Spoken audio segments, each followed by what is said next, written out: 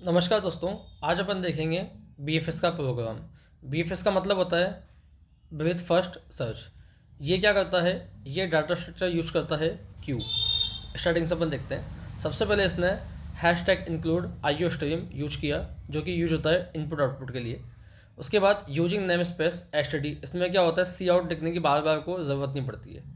Then आप देखोगे class नहीं ग्राफ नाम की, ठीक है। उसके बाद आप चलोगे नीचे, एक कंस्ट्रक्टर बनाया है इसने जो ग्राफ बनाने के लिए होता है ग्राफ। एक बनाया डिस्ट्रक्टर जो मेमोरी को फिल करने के लिए होता है।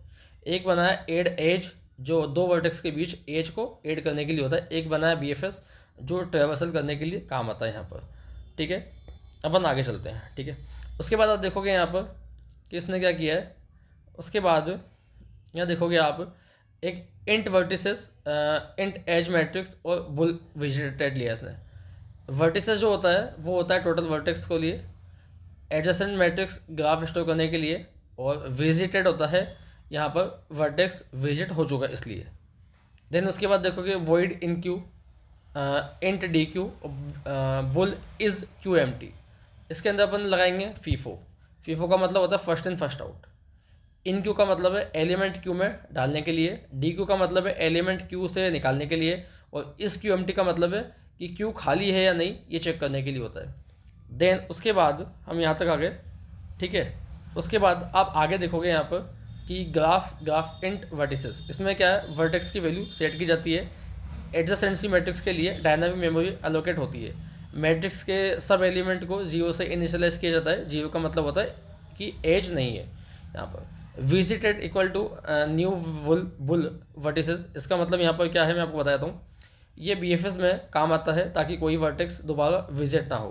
देन आप देखोगे यहाँ पर आपको साइन दिखा है यहाँ पर टिल्ड का, ठीक है। ये हमें क्या बताता है?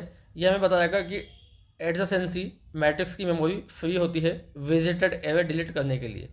देन आप देखोगे यहाँ पर void graph add edge int V int W, इसका मतलब वर्टेक्स वी से डब्ल्यू के बीच डायरेक्टेड एज ऐड होती है।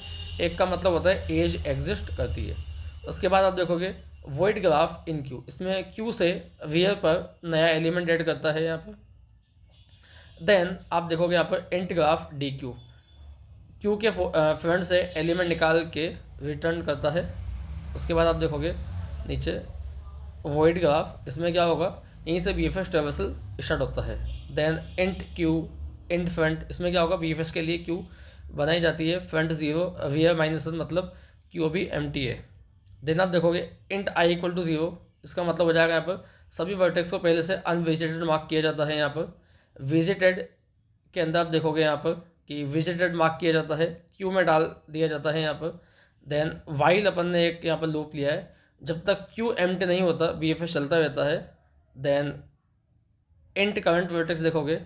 उसके बाद आप देखोगे यहाँ पर कि डिलीटेड क्यू। उसके बाद देखोगे ग्राफ G4, ठीक है। ग्राफ G4 का मतलब क्या हो जाएगा यहाँ पर कि 4 वर्टेक्स का एक ग्राफ बनाया गया है। उसके बाद यहाँ पर आपको दे रखा है G डॉट एड एज, इसका मतलब ग्राफ के कनेक्शन डिफाइन किए गए हैं। यहाँ पर वैल्यू पुट कनेक्शन बताया कि कैसे होगा।